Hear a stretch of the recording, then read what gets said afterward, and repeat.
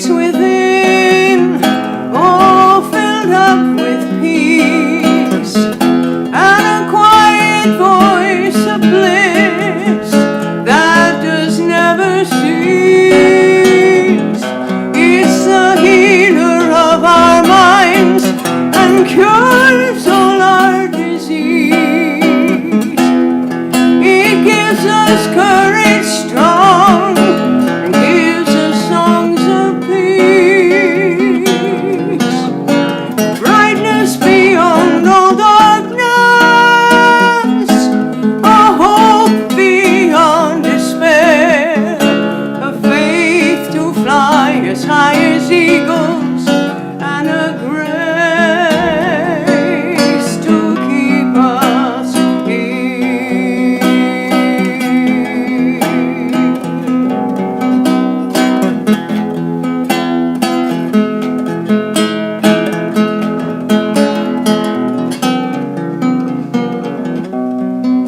There is a heart within, all filled up with love, and beauty shines all around and above.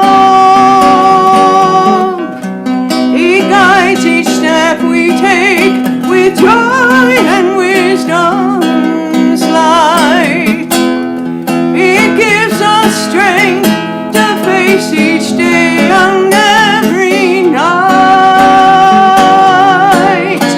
Brightness beyond all darkness, a hope beyond despair, faith to fly as high as eagles, and a grace to keep us here.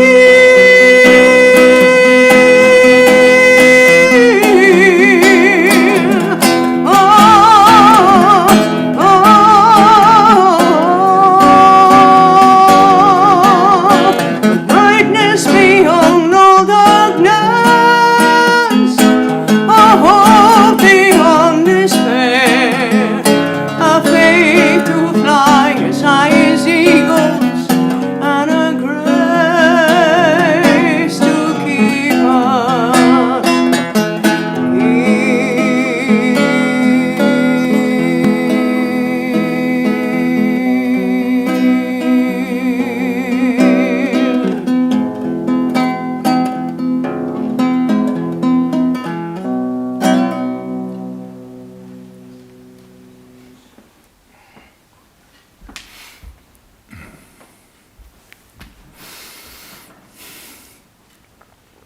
Om Asato Ma Sadagamaya Tamaso Maham Jyotirgamaya Mrityurmam Amritam Gamaya Avir Ahavir Mairhi Rudra Yate Dakshinam Mukha Te Namaham Pahinityam.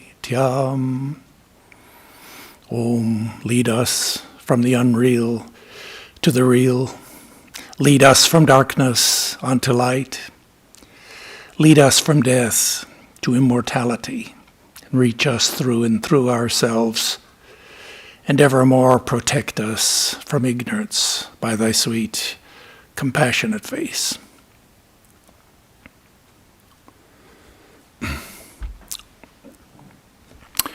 So my subject this morning is yoga and psychotherapy. And by yoga, I mean the Raja Yoga of the Rishi Patanjali. And by psychotherapy, I'm not referring to any particular school, but rather to Western applied psychology and clinical psychology in general. So we're talking about psychology, East and West. Each one of these methodologies is important and to be applied in one part of the spectrum of the growth of the self. Both are necessary, but each is great in its own place, and the duty of the one is not the duty of the other.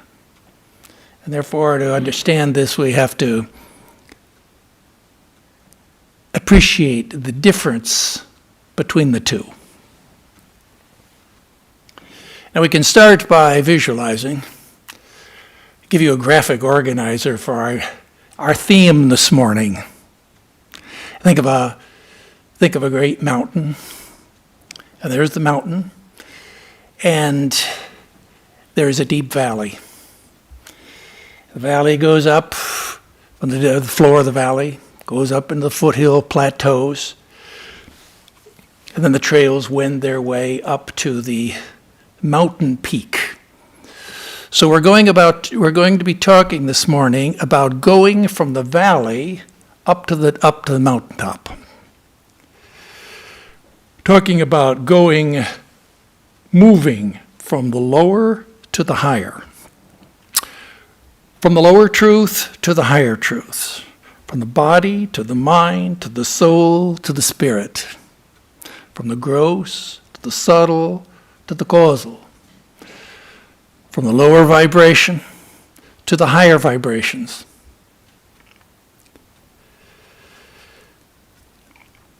Now you can picture to yourself two plateaus, or two landmarks, we can say, in this image.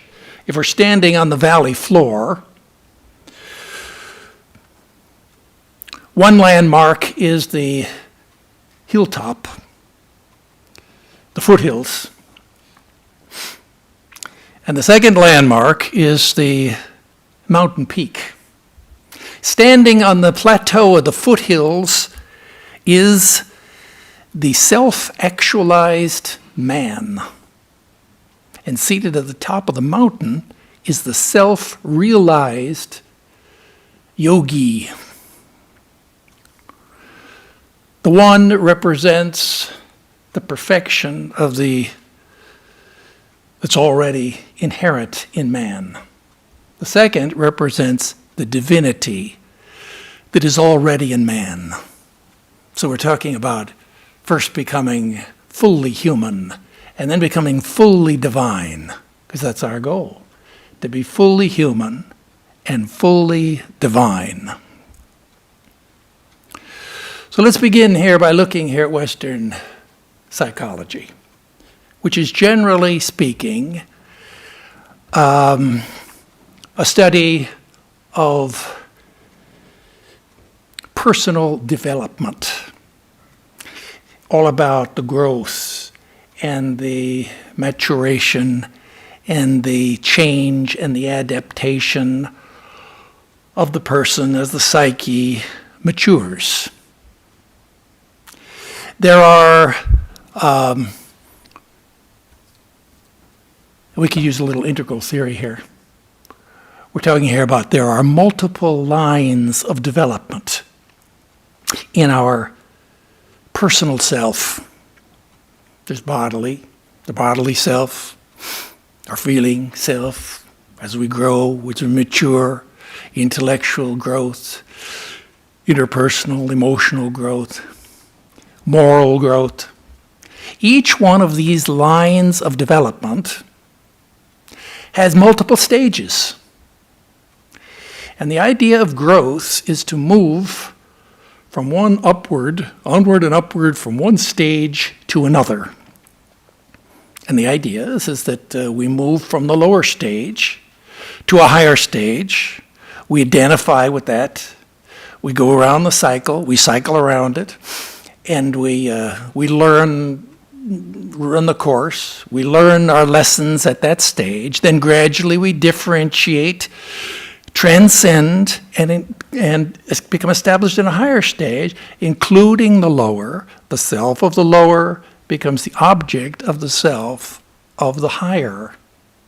There's a great spiral growth that goes on and on. Now, at every level of our psychological growth, we can have problems. And they may be problems of failing to identify with a particular stage of development. They may be problems of failing to differentiate, or failing to include that level from which we have already transcended. But at every level, we also, in addition to those problems, we also have people and resources to help us to work through those. We have our parents, we have our family and friends, we have our teachers and mentors of all sorts. We have psychologists and psychiatrists. And at some stage in our development, we reach the age of reason. And at that point, in the age of reason, we are, in the eyes of society, we're all grown up. And, but we know that even though we may have crossed that threshold long ago, and we're in middle age, and we're in old age, that we're still not really grown up. And therefore, it would be good for us and helpful for us to take the benefit to go back to our earlier mentors in life and to get the benefits and help and advice from them in order to work through our problems. So this is the process of psychological. If we have a psychological problem, we could seek out a psychologist or a psychiatrist. Now, back in the early days of Western psychology, which is really a young science, didn't even begin until around 1850, and the people that we know about didn't appear till around the turn of the century, namely Dr. Sigmund Freud and Dr. Carl Jung. These are names that we all know. And these are the people really who kind of invented the language of psychology, discovered a lot of the basic concepts, and it's their terminology, it's their vocabulary that we use today to talk about this field. Now, this early field of psychology, which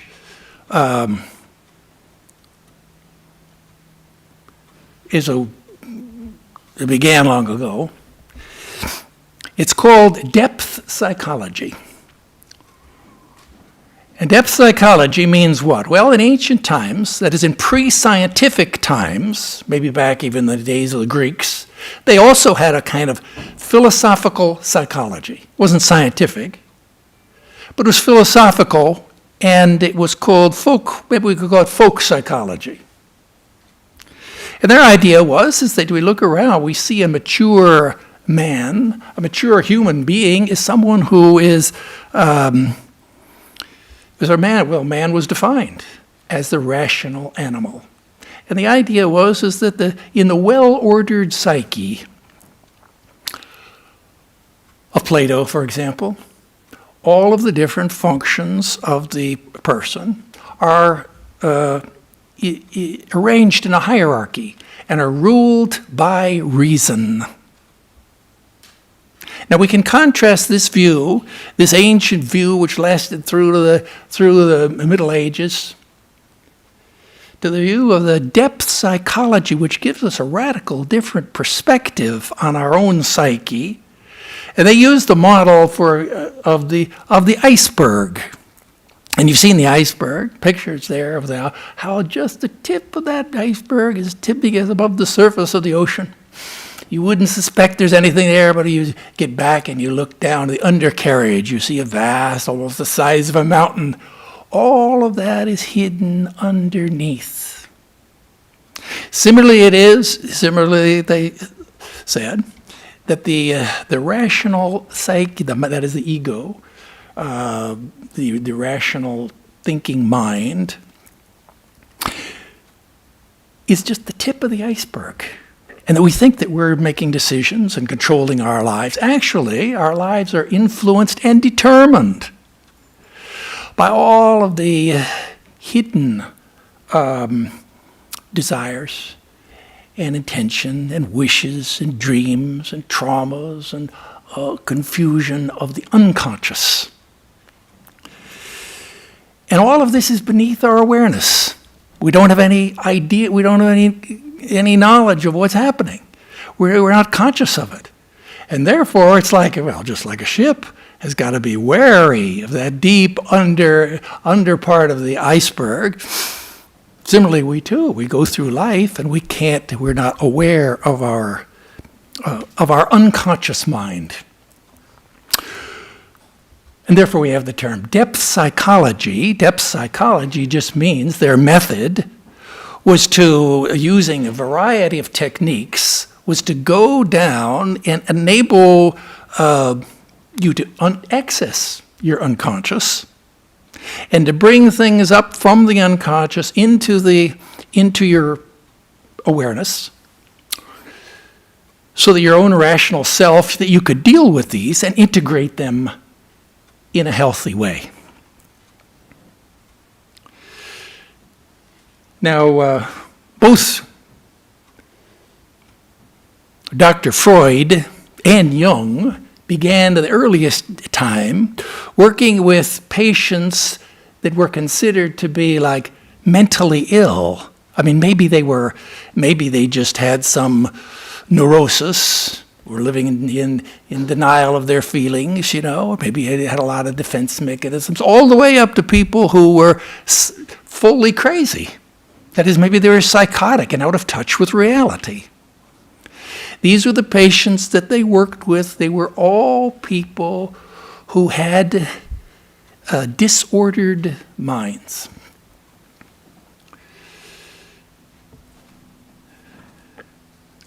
Now, there are two characteristics of a person with a disordered mind. One is that they're unhappy. Another one is that they're dysfunctional. They don't fit in very well with society. And their behavior may be bizarre or eccentric, and they're regarded as abnormal in some way. And so the goal of depth psychology was basically, I'm speaking very generally, was to take the patient and move them from the diagnosis of abnormal up into maybe normal. And that was considered to be success. If you could just make the patient more normal. But of course now we could ask, well, what do you mean by normal? And we look around us and we see that everybody's a little bit crazy. And yeah, that's true. But generally, if we look around too, we can see that generally speaking, people seem to be more or less happy. That was, now this is long ago now. It was a pop psychology book. Well, it was written by a professional psychotherapist. His name was Thomas Harris. The title of the book was I'm Okay, You're Okay. Remember that book? Perfect definition for the goal of psychotherapy. If you can reach that, well, what great achievement. If I'm okay and you're okay, then everything's okay. So that's Western psychology, we could say, in a nutshell. Now you may say, well, yeah, but I mean, that's kind of, there are other schools of psychology that developed. There's behavioral psychology, there's humanistic psychology, and there's what is long ago now, but was called transpersonal psychology.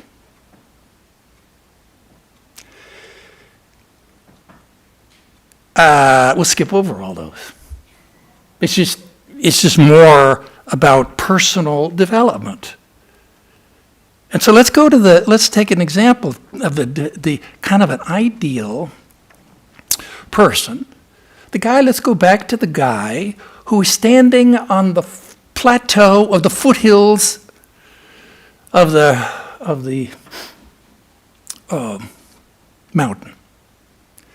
This is the self-actualized man. Now this man has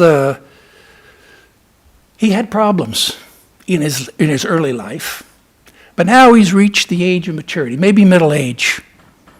He's gone through a lot. He's come a long way. He's worked through a lot of his personal problems. Pretty much that's behind him now. He's found success in life. He has a family and friends. This is kind of like an idealized person. He has his career. Maybe he's eminently successful in his career. Maybe he's become very wealthy. Maybe, in fact, he has become a celebrity or a movie star. And he has name and fame and recognition. And now he lives in a beautiful house. Maybe he lives in a mansion with crystal chandeliers.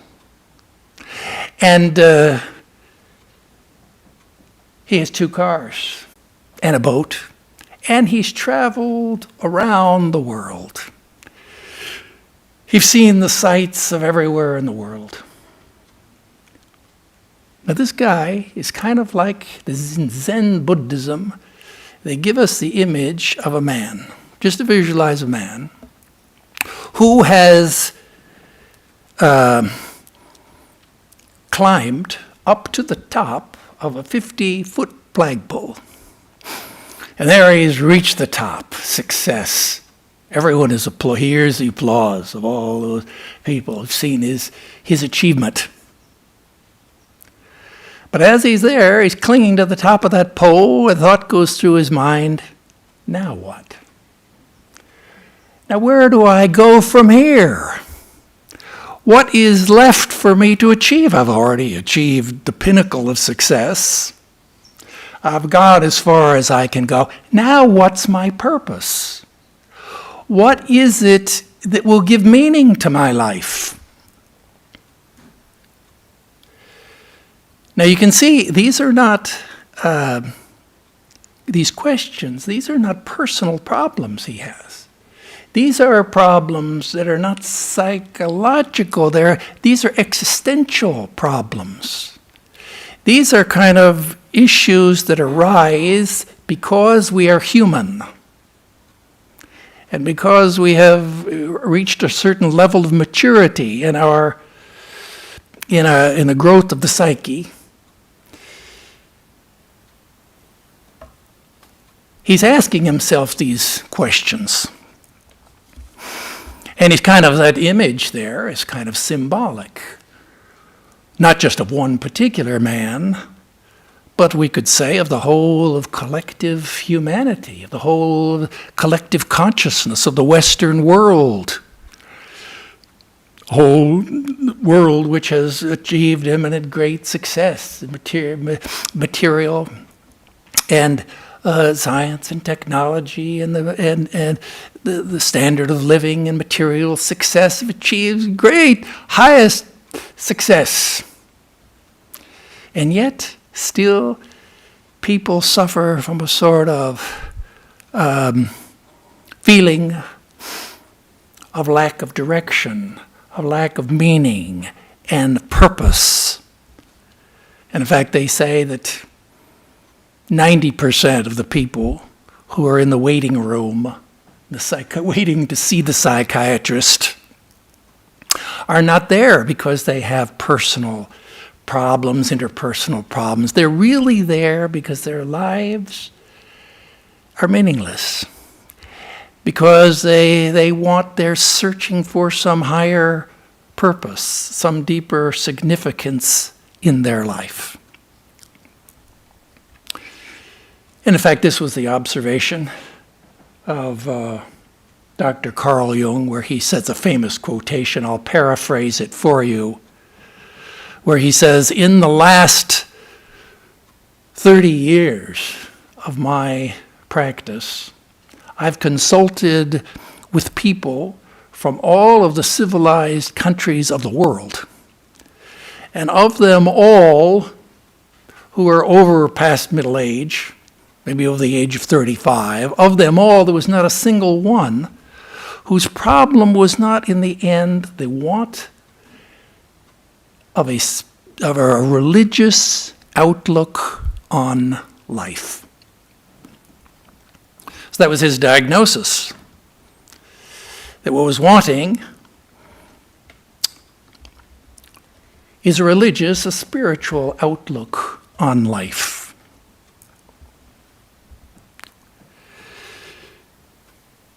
You remember the transpersonal psychologists are fond of a parable in the Christian Bible. In the book of Luke, there was a man who had a great estate. And he had fields and buildings and cattle, sheep, and herds of animals, a big farmhouse, a wife, and he had 2 sons. And one day he called his sons to him, and he said, when I die, all of this will be yours. This all will be your inheritance. And the elder son, hearing that, he was very well pleased, and he went back to work in the fields. But the younger son thought, and he said, I'd like to take my portion now. I don't want to remain here. He said, I want to go out and make my own way in the world. And so the father, he was so generous, he gave him his half of the inheritance. And the younger brother set off, and he left the farm, he left the country, journeyed over hill and dale. Until he came there, he saw the bright lights of the big city. Came down into that city, and he thought for himself, yes, well, let me enjoy myself a little bit. And he had his pockets were filled with money, and he was very generous. And very soon he had a few fast friends, and they would go out and travel around at night. And the younger brother, he would buy them wine, expensive champagne, and they would sing, and he would hire musicians to play for them, and they would dance the night away. And time passed that way, and soon that young man found that he himself had started to smoke and to drink and to gamble. And time passed, and one day he awoke, and he felt kind of burned out. He felt, all my money's I've wasted all my money. Most of it's gone. I don't feel very good. And I have a headache. I'm depressed. And he was thinking this way, and what he turns on the news, what does he hear? Well, there is a drought has come into that land. And everything's drying up. And there's no greening out of the fields.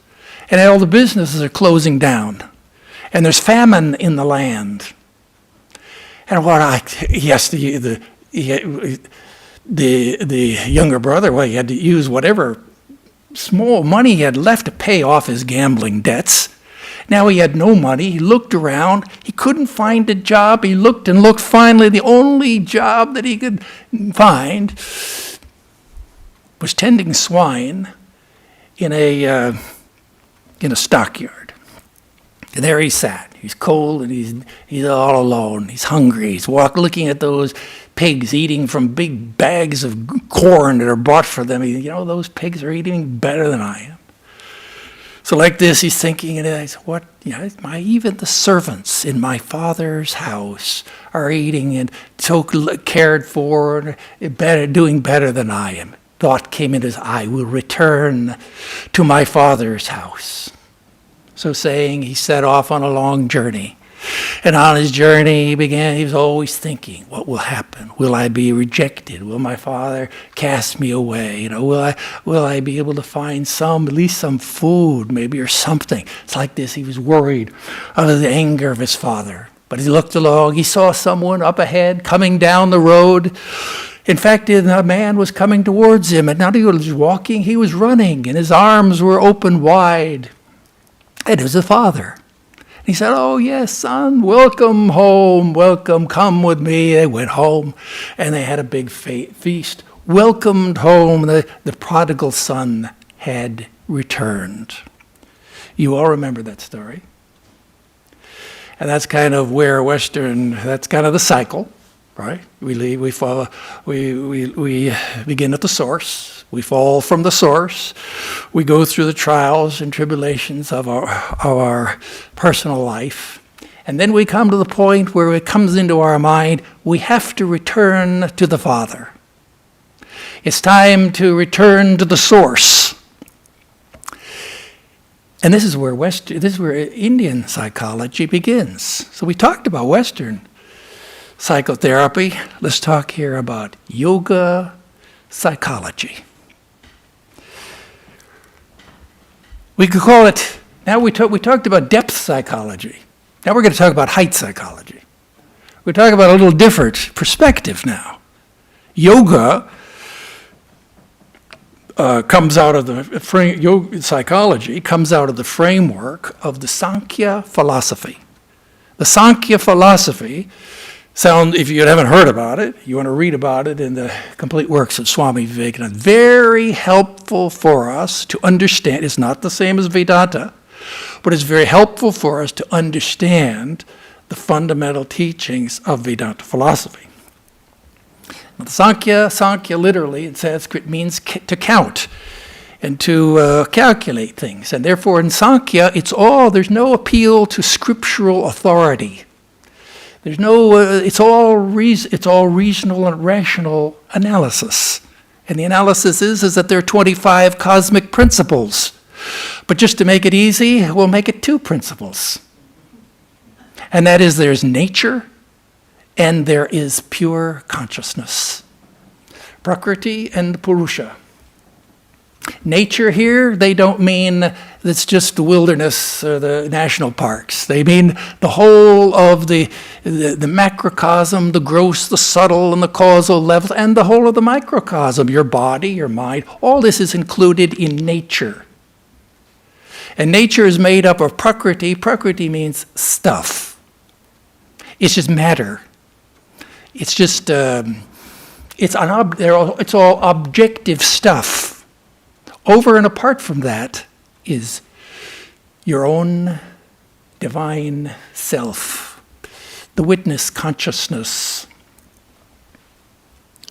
And it's called Raja Yoga because it begins with an idea about a Raja. Oh, I'm going too slow. Let's speed up a little bit. They talk about a Raja. The Raja goes with his retinue. His whole entourage. He goes to a theater. This is the analogy of Kapila, the founder of the Sankhya philosophy. And there the king, he sits down. Oh, the music begins, the curtain opens, and the dancing girls come on stage. The melodrama begins to unfold. The king, watching this, becomes mesmerized. He becomes spellbound. He becomes hypnotized, completely loses consciousness of himself. And so it is, there he is. He's completely immersed in nature. That is, this is the stage here. The actors on the stage represent the workings of nature. And the king, of course, is it's not a particular king. The king is a symbol of ourself. It's the symbol of the jiva, that is to say, the bound soul. That's our condition. Our condition is the condition of the king. We've completely forgotten our true nature, and we are determined and dependent upon nature. And the goal here of Raja Yoga is to become independent. It's called Kaivalya. This is the ultimate goal, to become enlightened. How can we do that? How are we going to get the king's attention away? Well, really, he's hypnotized.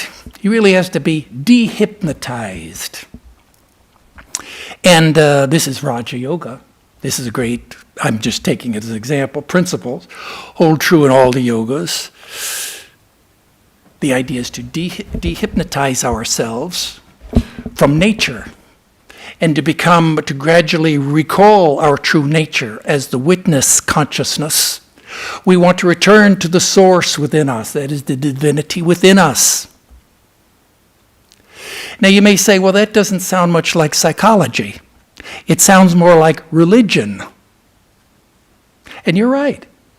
Because what is religion? The etymology of the word religion, as you well know, religare, to link up again to the source. Which that's yoga. That's to yoking yourself again up to the source, your own source, which is your pure consciousness. So yeah, this is a kind of religion. This is a kind of religious philosophy, we could say. In fact, we could call it a form of Hindu mysticism. And so this is the purpose. Now, there are whole stages of this process. And the stages begin, of course, with that man on the hill, on the foothills. Now he becomes aware of his condition.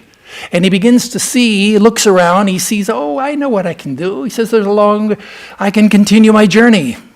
There's a road leads here up the mountain. And so he begins on the mountain path. And beginning on that mountain path, well, what is the beginning? As it starts there in Raja Yoga, as you well know, all the stages of yoga, beginning with being established in morality, in ethics, in moral virtues, and then in spiritual virtues, and then in the process here of self-discipline and self-control of the energies in the body. And by the fifth stage, I'm going through all the stages here of the great yoga of meditation. Fifth stage is called pratyahara. That's called renunciation.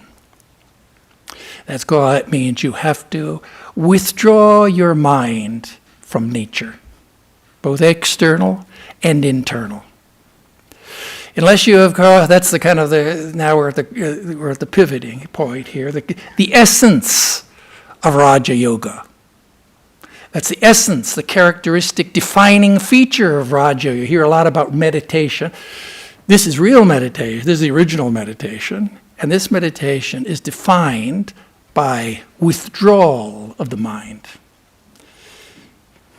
Think of a man who is, I'm okay. Think of a man who he lives on the side of a lake. And one evening he gets up and he goes down to the lake. He gets in his rowboat, rows across the lake to the tavern on the other side.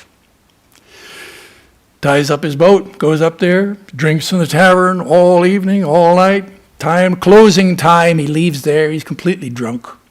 He comes down to the edge of the lake, gets in his boat, And he begins to row, and he rows, and he rows, and he rows until pretty soon he becomes aware that, hey, it's getting light. The sun seems to be coming out. He's still in the same place. Then he realizes, he forgot to untie the boat. Basically, he's still where he's at. So, Raja Yoga.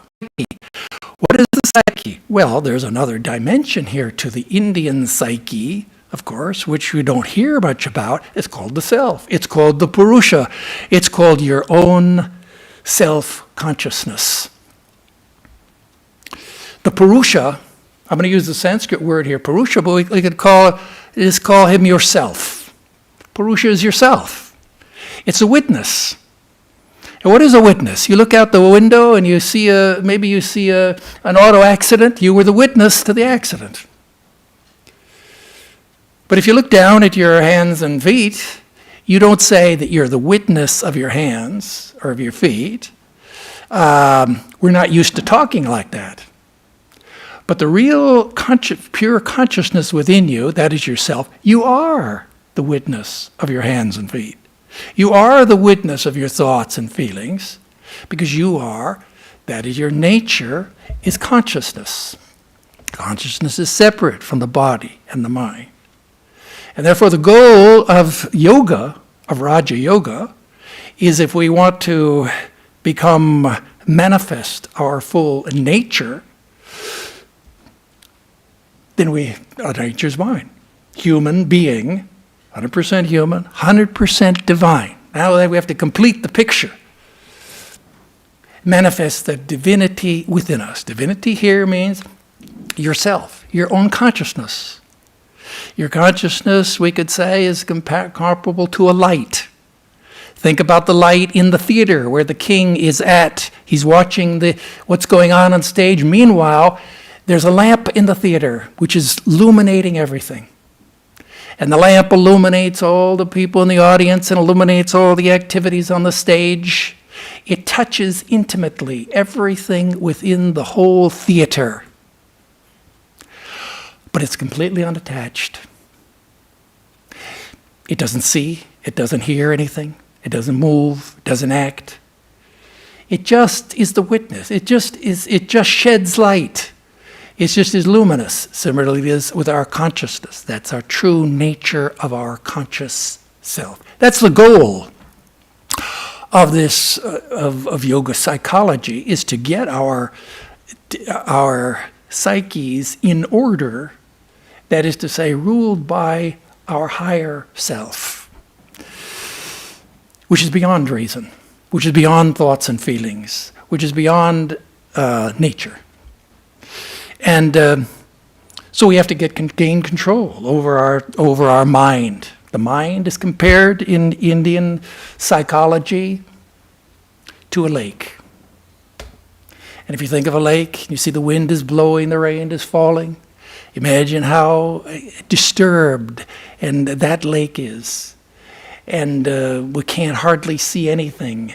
As we look into the water, everything, all the reflections are fragmented and moving and shaking. We can't make everything out, but if the wind dies down and the rain stops and the water becomes calm and placid, then that lake begins to reflect those trees and those flowers in the shore.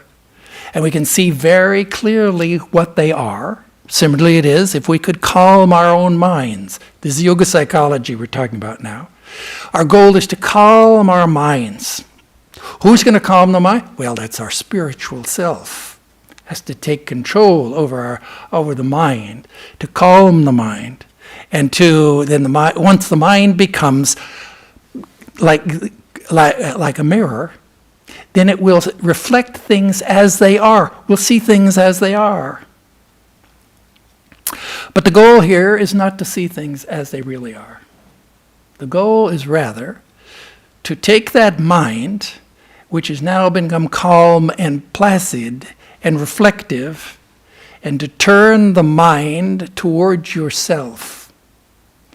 And then the mind, like a mirror, reflects turn towards your own face, you will reflect yourself, and you will realize your true nature. You'll be enlightened. You identify with the witness consciousness.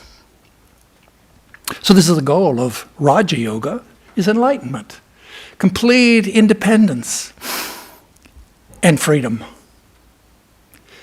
And in Vedanta, that's called self-knowledge.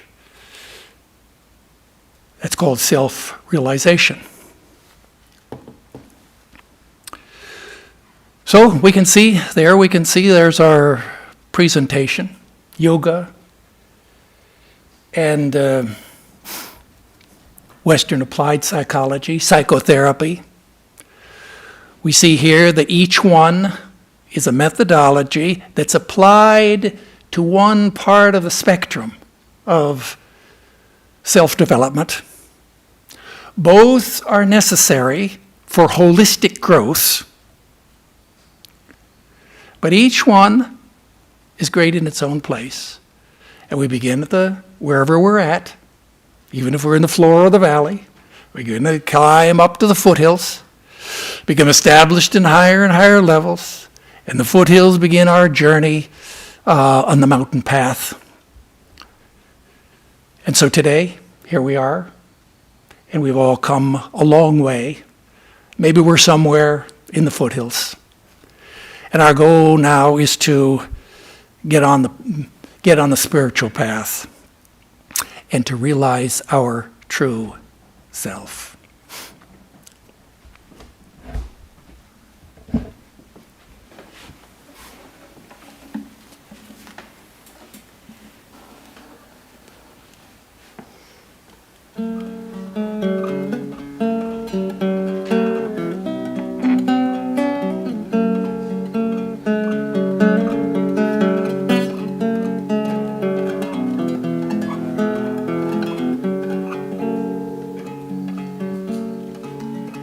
Lead us from illusion to truth and wisdom's sight. Lead us from the darkness that fills up the night. Lead us from death to endless life, to your heart of love, to your eternal light.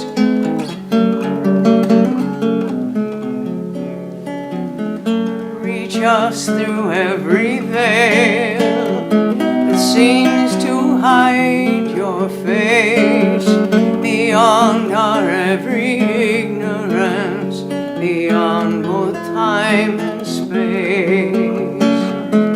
Give us strength and courage through thy blessed grace, and fill our hearts with your love by your sweet, compassionate face.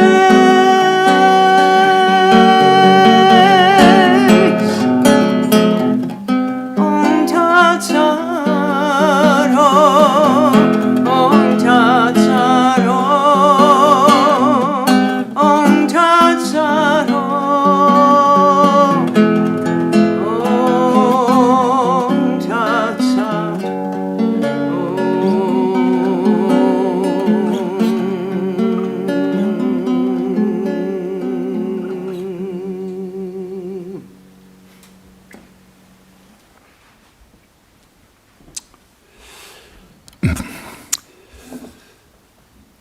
The subject next Sunday is journey, and Swami Vedarupananda will speak.